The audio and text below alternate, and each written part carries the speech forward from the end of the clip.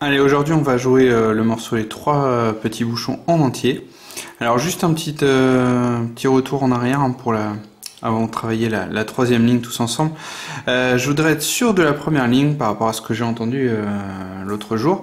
Alors je vais vous jouer juste pour que vous entendiez le résultat que j'attends. Alors, la première ligne ça donne ça.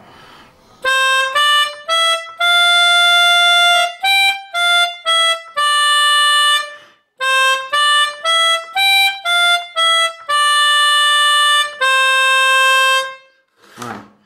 Alors, juste pour vous dire, n'oubliez pas le rythme. En fait, quand vous l'avez joué, certains m'ont joué que des notes égales. Donc, il faut bien faire attention qu'ici, on a une noire pointée. Donc, il faut compter 1, 2, 3 le même temps que ces trois croches. Do, ré, mi, fa, 2, 3, sol, fa, mi, ré, etc.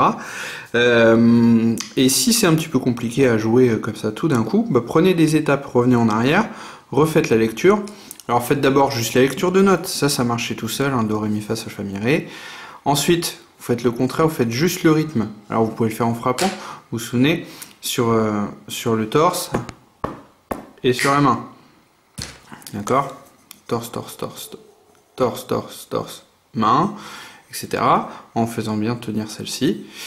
Et puis après, vous mettez les deux en même temps, mais en le frappant et en chantant. Donc ça donnerait un truc comme ça. Do, ré, mi, fa, sol, fa, mi, ré. D'accord? Et un coup, je l'ai bien comme ça, en pensant au rythme et aux notes. Je joue au mélodica et tout va bien se passer.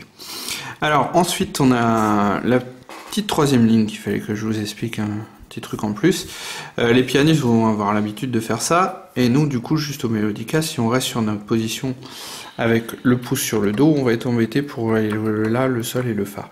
Donc du coup, on va... Alors moi j'appelle ça changer de position de main. Les pianistes ont certainement des jolis mots pour dire ça. Quand je parle de position de main, c'est la position de mon pouce. Moi je vais appeler ça la position de fa. Je vais placer mon pouce sur le fa, comme ça j'aurai le sol, le la, le si et le do. Et donc ça correspond à mes 5 notes que j'ai à jouer à cet endroit-là.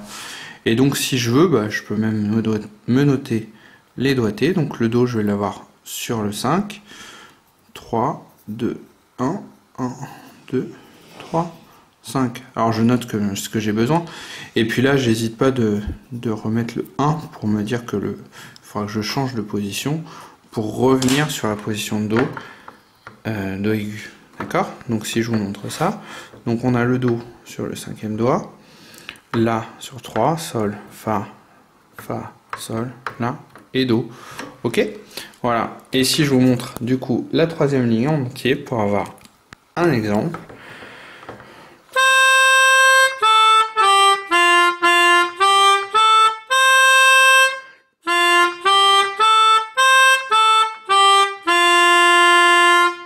Voilà. Et donc, cette noire pointée vaut un temps en ternaire et le combo avec le soupir et le mi-soupir en ternaire, ça vaut aussi un temps. C'est la même valeur. Et donc après, je reviens. La dernière ligne, c'est la même que le début. Donc ça devrait pas poser de soucis. Voilà, bah, jouez maintenant votre morceau en entier. Allez pas trop vite, faites bien attention à être régulier, de bien tenir les notes longues. Et puis bah, pour le reste, vous avez vu que tout va bien se passer. On a un petit peu de lecture. Donc là, on essaie d'aller toujours le plus vite possible, bien reconnaître nos points de repère.